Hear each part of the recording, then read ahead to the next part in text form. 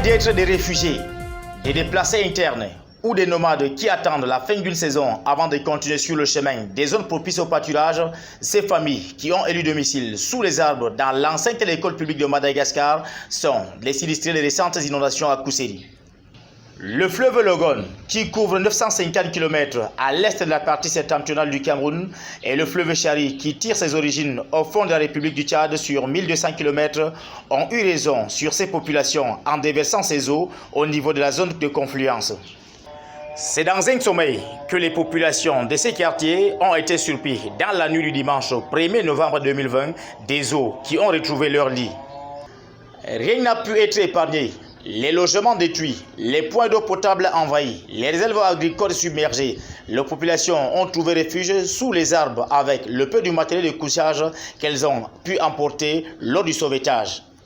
Informé de la situation, le sous-préfet de l'arrondissement de Kusséri et les autorités municipales sont descendus sur les lieux pour réconforter les sinistrés et évaluer la situation. Une descente qui a permis de constater le calvaire que vivaient ces populations depuis 3 jours. On se trouve, regardez, vous voyez à l'une, l'eau est venue il y a là 3 jours, voilà, ça a repassé presque tout. Ça c'est le ruine que vous voyez comme ça. Et voilà, on est dehors, nous ne possédons même pas de latrines. Il nous manque encore de l'eau potable. Et voilà, comme ça, on se trouve devant un dilemme. Il faut le rappeler, les quartiers Madagascar, Ngargouzo, Ninga sont situés sur les aveugles et connaissent les inondations chaque année en période de crue. En ce moment, ces populations sinistrées ont les yeux rivés sur les âmes de bonne volonté pour les assistances des premiers assistés, et quelle que soit leur nature. Maintenant, les maisons sont tombées et ils sont sortis. Il n'y a pas le travail, il n'y a rien.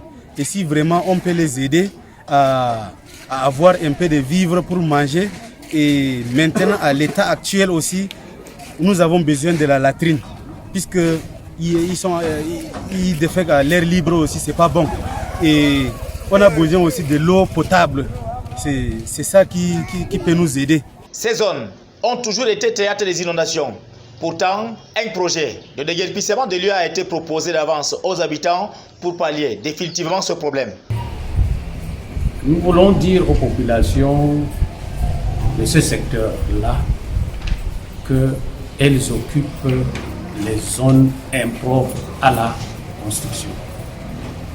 Lors des inondations de 2012, nous avons recommandé à ces populations-là de déguerpir les lieux. Mais comme nous le savons, que ces populations vivent comme on dit, de l'eau, des revenus du fleuve, elles sont toujours là, d'où n'est-ce pas la récurrence de ces inondations-là.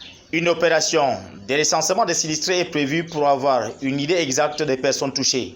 Nous avons instruit au chef de quartier d'effectuer dans les meilleurs délais le recensement de toutes les populations victimes de ces inondations, et nous allons rendre compte à la hiérarchie pour que des mesures soient prises.